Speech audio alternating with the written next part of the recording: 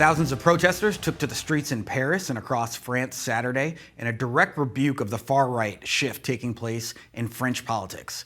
Rallies decrying the National Rally, or RN, the alt-right party, come ahead of upcoming elections in the French Parliament last Sunday.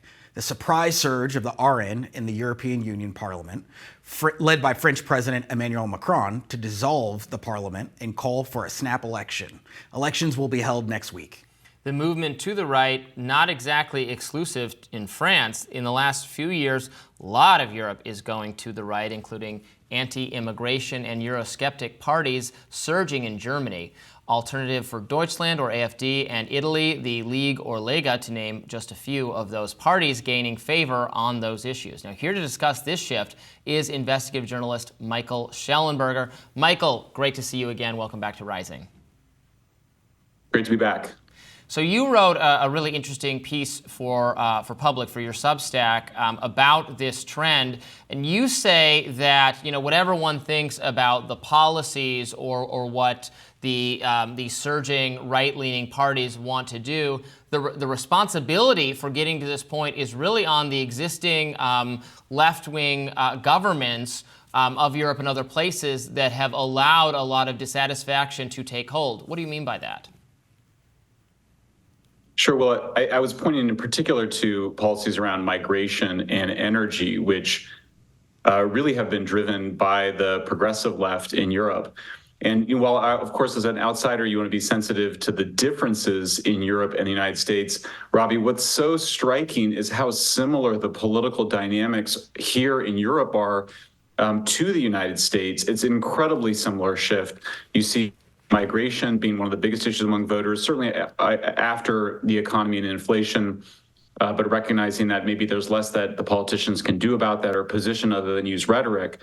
But certainly you see a very similar reaction. What gets called far right in Europe is very similar to what we would call the Trump or MAGA wing of the Republican Party in the United States, with the center right in Europe represented in what you might consider the never Trump Democrat or never Trump Republicans or the neoconservative Republicans. And you do see some differences, certainly in France, the left, the radical left or the far left, I guess, in contrast to the center left, is actually in second place. It shows how unpopular Macron is. Whereas in much of Europe, the left, including in Germany, including the Greens, lost significant support, whereas what's called the far right gained support. And this was after we saw a lot of, I think, pretty significant dirty tricks, including the use of intelligence and security agencies in Germany, France, Czech Republic, Poland, and probably other countries as well, arguing that they had evidence that the far right politicians had been taking money from the Russians without producing any evidence. It was quite a shocking case that we reported on. And maybe there is evidence, but they didn't present any. They didn't arrest anybody. There are certainly no prosecutions. They just introduced that a few weeks and they repeated it. And that appeared to have driven down the support of what's called the far right in Germany. But I do think that migration, when you speak to people on the streets, migration is a huge issue, just as it is in the United States, and reflecting of the numbers, which had been very large increases of migrants. And Europe, by all accounts, has done a poorer job of integrating, of assimilating immigrants than the United States. But yeah, I think as an American here, you're always struck by the differences, of course, between the United States and Europe. But it's hard to walk away from the last few weeks, that we've been here and looking at this and not get a sense that really we're a single global, media conversation and political conversation with a very similar dynamic here in Europe as in the United States. We're seeing a rise in nationalism, especially across Europe, and that a lot of that's coming out of Russia, Belarus. I wonder, in your column, you talked about how the U.S. provoked Russia with the admission in NATO of additional NATO members. How do you square that with Russia going into Crimea, Russia taking Georgia? Yeah, and I should say I have myself not taken a very strong position on this. It was really more to say I think that the political scientist John Mearsheimer has made the argument that NATO played a provocative role with Russia. It's certainly not a defense in any way of Russia's behavior, which is appalling. And I think that in terms of a political view, Europeans are unanimously against, Russia. They don't want to be under Russia's thumb. They don't want to, 90% of Europeans are opposed to Russia.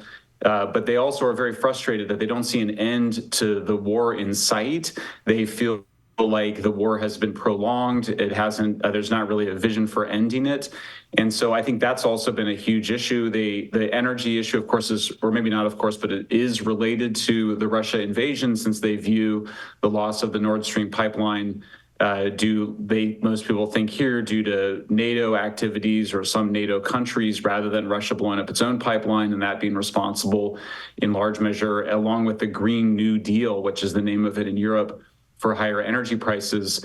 But I think that I also would say that I think most voters, including ones that voted for the so-called far right, consider themselves fairly moderate on these questions. There's not a strong desire to leave the European Union. The far right parties don't talk about leaving Europe. If anything, they just talk about, and they're not hard against any migration. They feel like the situation has gotten more extreme. So I think that's the argument that I wanted to make in the piece, was that I think voters felt that they were voting for moderation, for a recalibration.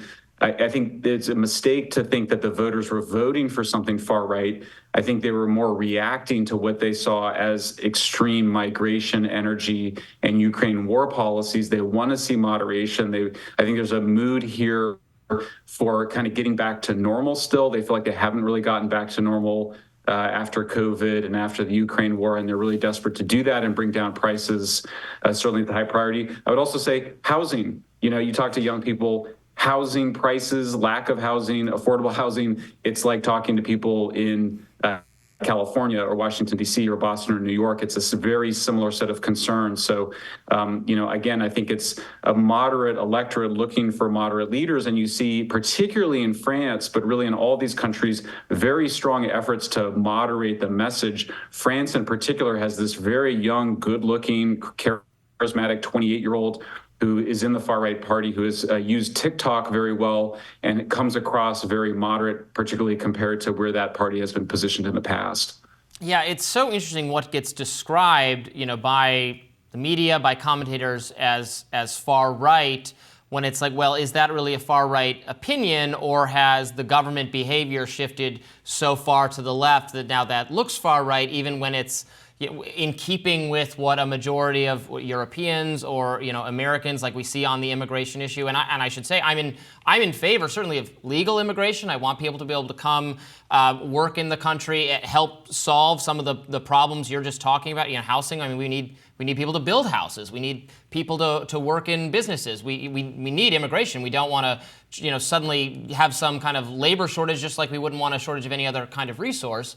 At the same time, I understand the frustration of people who live on the border of people streaming across in unsafe conditions and the kind of bureaucratic nightmare of vetting those people and deciding where they should be. So I absolutely understand people's frustration.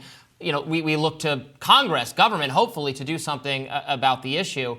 But with a majority of Americans, so many Democrats saying, for instance, they trust Republicans or Trump so much more on immigration than Biden, and it's like, well, is that really? How can that be described as a far-right policy position when it's his most it's the one that it's the Republican policy position that is most popular in the country? Yeah, that's right. And, it's interesting because it's a very similar dynamic. So, just today, I think we saw CNN did a report on how the black vote for Trump has increased from 7% to 21%. I think there's been some evidence that voters are less likely to buy into the accusations that Trump and MAGA and the Republican Party is racist. Very similar polling coming out of France and other countries, which also show a diminishing impact of accusations of racism or anti-Semitism.